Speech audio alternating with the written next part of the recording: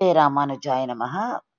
ஆழ்வார்கள்ல கடைசி ஆழ்வார் திருமங்கை ஆழ்வார். இவருடைய திருநக்ஷத்திரம் கார்த்திகை மாசம், கார்த்திகை நட்சத்திரம். இவர் திரு அவதாரம் புரிந்த இடம் திருக்குறையலூர். இவருக்கு அவருடைய பெற்றோர்கள் இட்ட பெயர் நீலன். இவர் சிறு வயதிலிருந்தே போர் வித்தைகளை நிறைய கத்துக்கிறார். ராஜா கிட்டேயே போயும் அவருடைய ஆர்மிலையும் சேர்ந்துக்கிறார். ராஜாக்காக நிறைய போர்களும் புரிகிறார், வெற்றியும் பெறுகிறார்.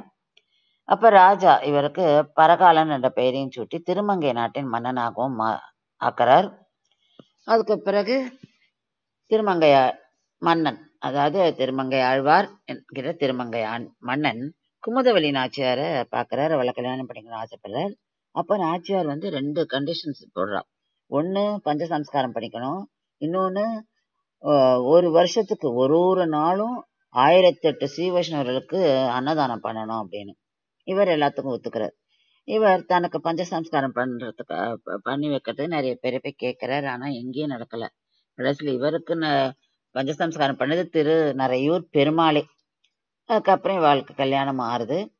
இவருக்கு காலப்போக்கில் என்ன ஆயிடுதுன்னா, அவர்கிட்ட ஒன்றும் வருமானம் இல்லாததுனால இவருக்கு கைங்கரியத்தை மேற்கொள்ள முடியல. அப்போ வழிபறி கொள்ளையில ஈடுபடுறார். பரகாலராக இவர் திருமணம் கொள்ளையில வழிபறி ஈடுபடும் போதுதான் இந்த முக்கியமான சம்பவம் நடக்கிறது. அதாவது அன்னைக்கு அங்க இருக்கிற மரம் மேல உட்காந்துருக்கார். யாராவது வராளா வழிபறி கொள்ளை அடிக்கிறதுக்கு அப்படின்னு பார்க்கும்போது ஒரு கல்யாண பிள்ளையும் ஒரு கல்யாண பொண்ணும் வரா, நிறைய நகைகள்லாம் போட்டுண்டு ஒரு கோஷ்டியா. இவர் அவர்கிட்ட எல்லா நகைகளையும் வழிபறி பண்ணிவிடுறார்.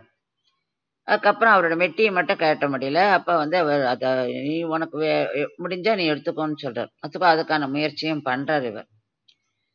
அது முடியல. அப்போ இவர் ஏற்கனவே இவர்கிட்ட இருந்து எடுத்த நகையெல்லாம் ஒரு மூட்டையா கட்டி வச்சிருந்தார். அந்த மூட்டையை அப்படி நகர்த்துறார். ஆனா அந்த மூட்டை நகர்த்தவே முடியல இவரால.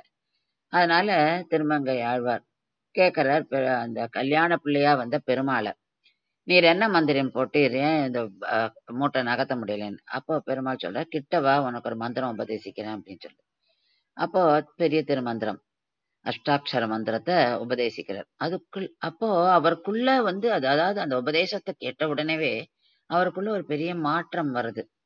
அப்போ ரொம்ப வருந்துறார், நம்ம இத்தனை நாள் இப்படி இருந்துட்டோமே. அப்போ வாடினேன் வாடி வருந்தினேன்ற பாசுரத்தை பாடுறார். அதுக்கப்புறம் நிறைய பாசுரங்கள் பாடியிருக்கார். பெரிய திருமொழி, திருநெடுந்தாண்டகம், திருக்குறுந்தாண்டகம், திருவெளிக்குச்சிருக்கை, சிறிய திருமடல், பெரிய திருமடல் அப்படின்னு. இவர் நிறைய திவ்ய தேசங்கள் போனவர். இவர் திருஞான சம்பந்தர்கிட்ட அவருடைய கவித்திறமைக்காக வேலை பெற்றவர். அதனால்தான் நம்ம எப்பவுமே திருமங்கை ஆழ்வார் கையில வேலோட நம்ம பார்ப்போம். அத்தியாய திருவிழாவை நடத்தினவரும் இவர் தான். கலிகன்றி என்ற பெயரும் இவருக்கு உண்டு. இவர் 105 ஆண்டுகள் வாழ்ந்தார். தன்னுடைய கடைசி நாட்கள்ல திருக்குறுங்குடி என்ற திவ்ய தேசத்துக்கு போறார். அங்கேயே தங்கிடுறார் அவர். அங்க தங்கும்போது தன்னுடைய ஆயுதங்கள் எல்லாம் அங்க பெருமாட்டை சமர்ப்பிச்சுட்டாராம். அப்புறம் அங்க தவம் புரியறார். அங்கேயே அவர் மோட்சத்தையும் அடையிற பரமபதம் எழுறார். அவருக்கு அந்த இடத்துல ஒரு திருவரசும் இருக்கு.